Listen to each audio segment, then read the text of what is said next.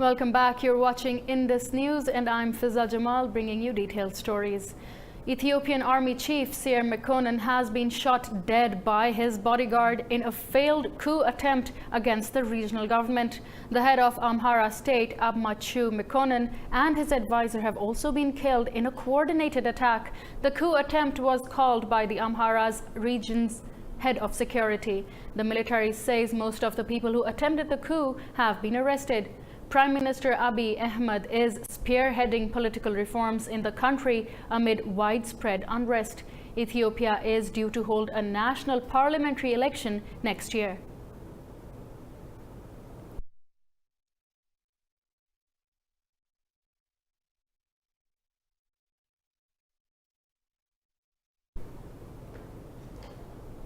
The U.S. launched a cyber attack on Iranian weapon systems in retaliation for shooting down of its drone. U.S. media reports claim the cyber attack on Thursday disabled computer systems controlling rocket and missile launchers. There is no independent confirmation of damage to Iranian systems. Meanwhile, President Donald Trump says military action against Iran is still a possibility. This comes after the White House said the U.S. will intensify economic pressure on Iran. President Trump rejected reports claiming he ordered a strike on Iran, but later called it off. Trump said he will impose more sanctions on Iran to prevent it from obtaining nuclear weapons. He said Iran has to drop the idea of becoming a nuclear state if it wants to be a prosperous country.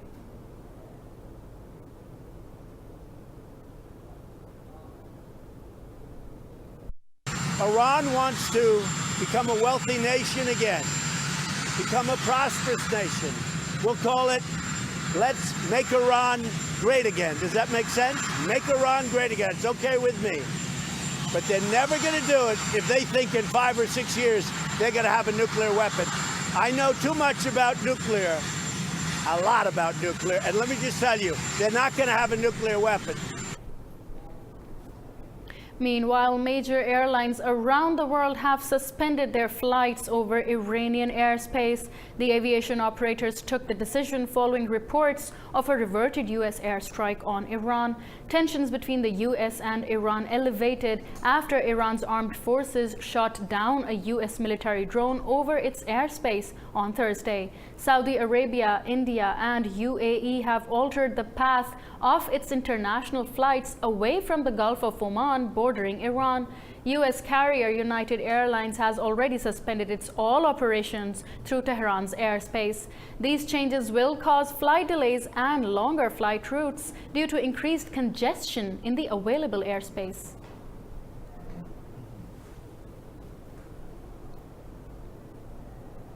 And in another development, Iran has executed a former contract employee of its defense ministry on charges of working for U.S. spy agency CIA.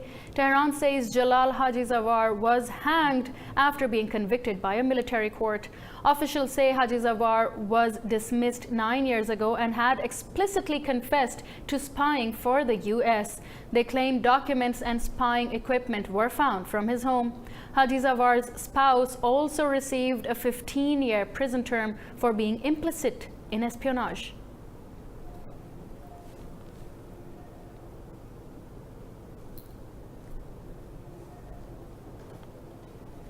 Meanwhile, UAE says a dialogue to de-escalating the rising tensions in the Gulf should be considered an emergency.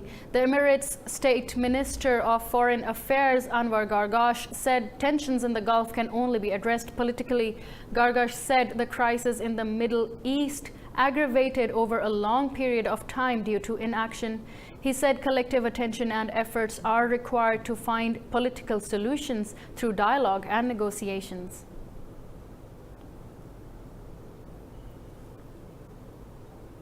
Sudanese protest leaders have accepted an Ethiopian plan for the creation of a civilian majority governing body for political transition. The ruling military council is yet to give its decision on the suggested proposal. An Ethiopian envoy proposed a 15-member governing body with 8 civilians and 7 members of the military. Sudanese military and the protest leaders have been locked in a dispute for weeks over the form of country's future government. Ethiopia stepped up to resolve the political crisis in Sudan amid escalated tensions after Khartoum massacre on June the 3rd.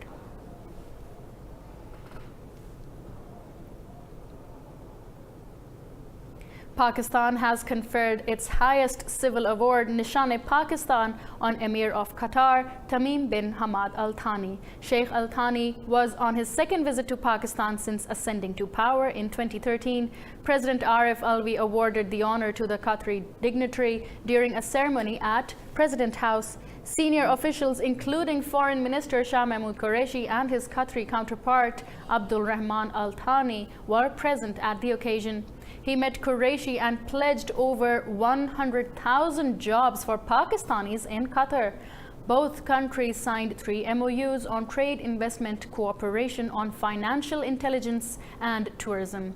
The Emir of Qatar left Pakistan after completing his 2-day official visit.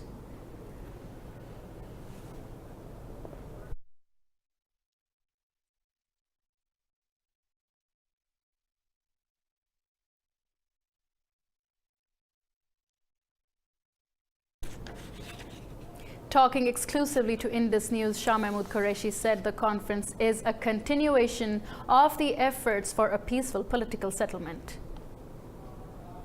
It's a very good beginning.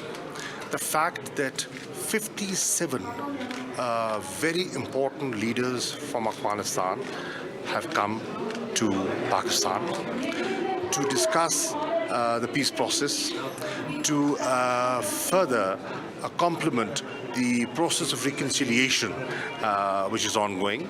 I think it is a complementary effort.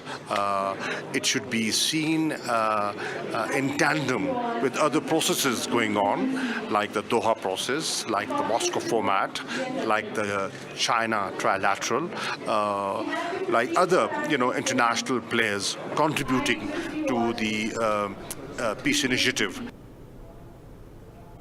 In another interview with Indus News, Afghanistan presidential candidate and former Interior Minister Hanif Atmar said he supported all efforts to improve relations with Pakistan. We have common threats and common problems. Insecurity, terrorism, poor relations between the two states are our common problems. We need to address them. And for that, the presence of Afghan political leaders today, with the 2 representatives also from the government, our ambassador and the chair of the Peace Council, in fact, is evidence to the fact that we want to have better, sustained and constructive relations with Pakistan. We welcome the new chapter that was announced today by the Foreign Minister, and we fully support any effort that will improve relations between Pakistan and Afghanistan, and second, to advance the peace process. Now, specifically to expectations, obviously they need to be discussed at the meeting to reach consensus, but as far as I can speak on behalf of those that I represent, 2 important expectations we have. One is the implementation of the APAPS, the Afghanistan-Pakistan Action Plan for Peace and Solidarity.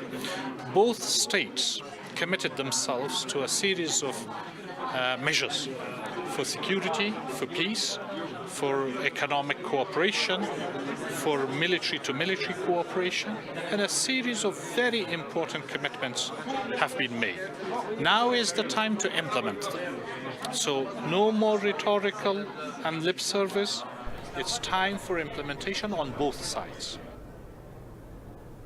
U.S. Special Envoy for Afghanistan Zalmay Khalilzad says the United States and Taliban will open fresh negotiations next week. The State Department said the negotiations with Taliban will take place in Qatar. The U.S. envoy said the next round of talks will be held on June the 29th, with all sides pushing for rapid progress. Khalilzad is hoping to negotiate a deal under which the U.S. would withdraw troops sent after the September 11, 2001 attacks. In turn, the Taliban would guarantee that Afghanistan would not be used as a staging ground by militants.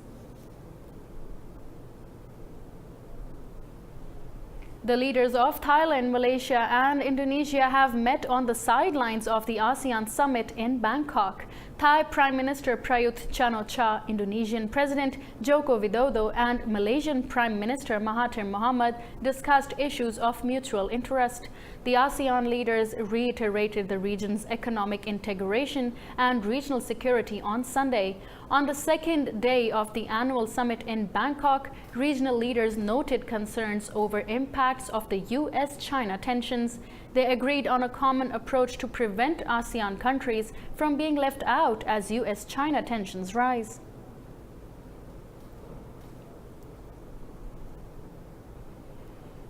Palestine's political parties have rejected a U.S. proposal for peace in the Middle East. Both Hamas and Palestine Liberation Organizations say there can be no prosperity under Israeli occupation. The plan proposes a $50 billion fund for infrastructure and business projects across Palestine and neighboring countries. Other Arab states, including Kuwait and Sudan, have also denounced the U.S. proposal. The plan will be presented at a conference in Bahrain next week. Palestine has already announced boycott of the conference, saying the U.S. plan is likely to favor Israel.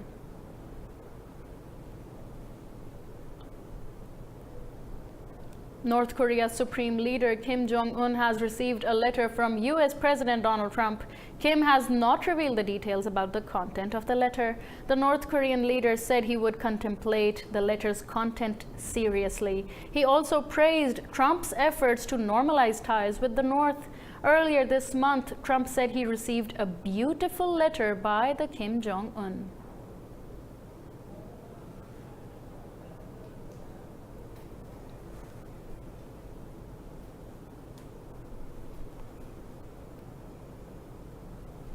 Boris Johnson and Jeremy Hunt are making their final push for the country's premiership. The two contenders for number 10 laid out their vision at the first of 16 Conservative Party hustings.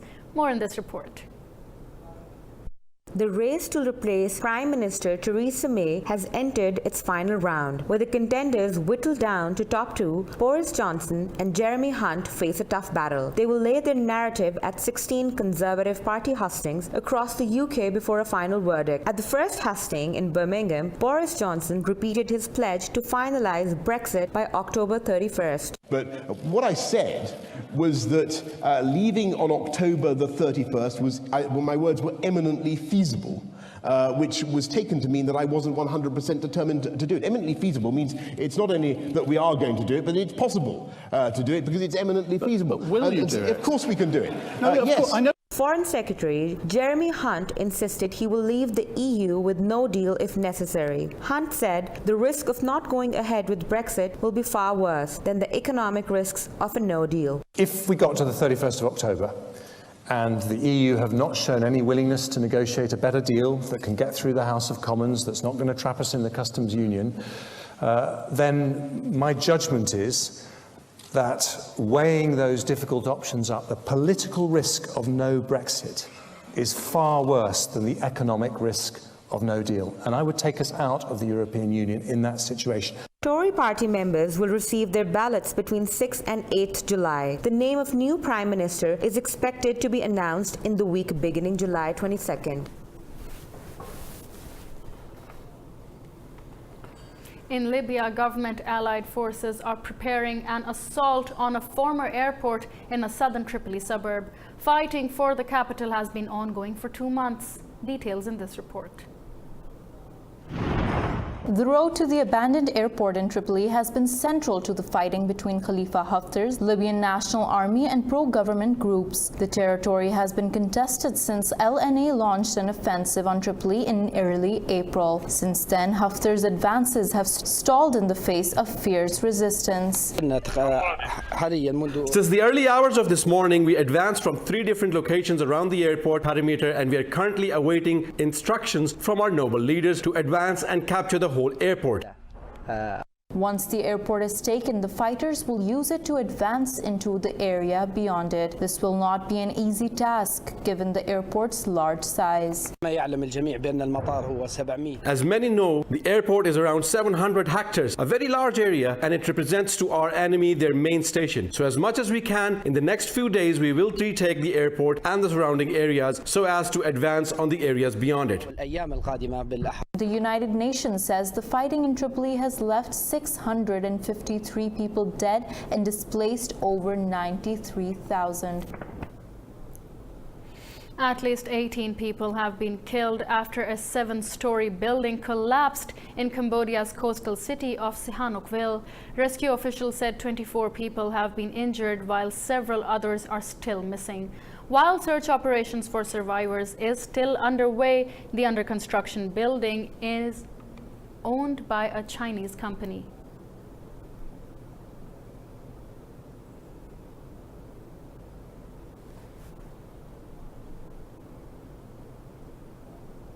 Thousands of climate activists have evaded police to enter an open cast mine in western Germany. The protests come shortly after EU leaders failed to agree on a plan to make the bloc's economy carbon neutral by 2050.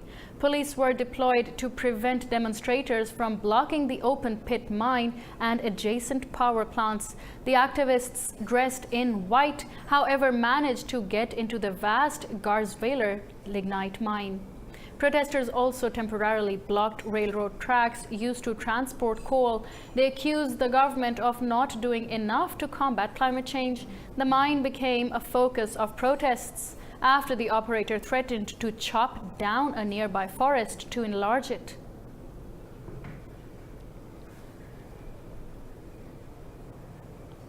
China has donated 100 buses to support public transport in Syria. Chinese ambassador to Syria, Feng Biao, and Syrian Minister of Local Administration and Environment, Hussein Makhlouf, signed receipt notes of the 100 new green buses. Makhlouf said Syrian government hopes Chinese companies will help in the reconstruction phase in Syria. Last year, the Chinese government donated 800 electrical power transformers and cables to Syria. In 2017 and 18, China donated around 100,000 tons of food aid. We'll move on to our next story. A motor show has returned to the Syrian capital city of Damascus after 8 years, with 48 companies participating. The much anticipated event drew large crowds with its massive selection of vehicles on display. More in this report. The exhibition was organized by the Syrian Ministry of Transport and featured an expansive display of cars by renowned automotive brands. It also featured car accessories, spare parts, maintenance equipment and insurance services. A Syrian import and export company CEO Abdul Basit Malik said the motor show was suspended due to ongoing war in the country. The exhibition was suspended for 8 years because of the war in Syria, and this is the first year it reopened after the war. Most of the participation involves the auto industry, and we thank the government for starting to give support to the auto industry. There was a host of renowned automakers and brands at the exhibition. The Syrian automobile industry partnered with renowned Chinese automakers, introducing the latest merchandise to the country's market. This year, we opened and exported more than one product in cooperation with Chinese company Chang'an. Our factory is one of the largest factories in Syria with a production capacity of 40,000 cars, and it produces many models including tourist cars, jeeps, service vehicles, pickup trucks, minivans and small trucks. More than 40,000 people visited the 5-day exhibition in Damascus. The US and Panama have won their group matches in their 15th Football Gold Cup Championship. The tournament is a biennial contest for supremacy among the North, Central American and Caribbean nations. The US beat Trinidad and Tobago 6-0, avenging their defeat in 2018 World Cup qualifiers. Americans stepped up their attack against Trinidad, scoring 5 goals in the first 24 minutes of the game. Gyasi Zardes and Aaron Long each scored twice. Meanwhile, Panama moved a step closer to the quarterfinals, beating Guyana 4-2. Panama and US will clash in next match, while Guyana will take on Trinidad and Tobago on Wednesday.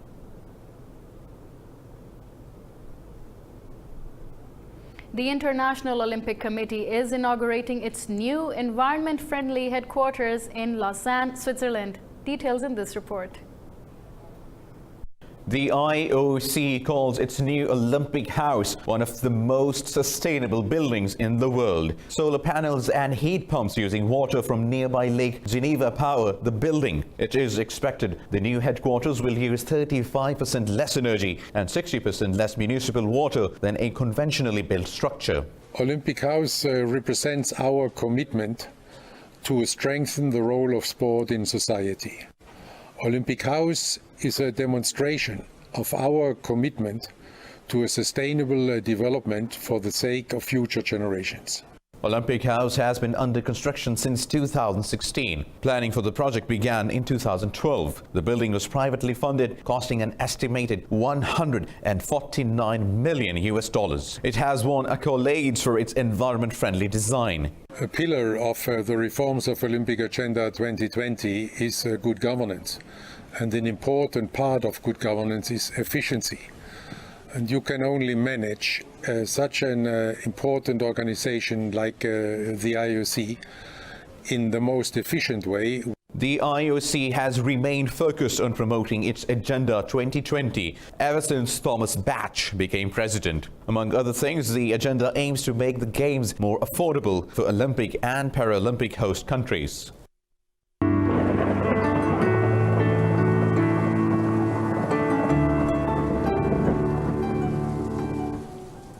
And now we'll give you a quick look at what the weather is looking like today around the world.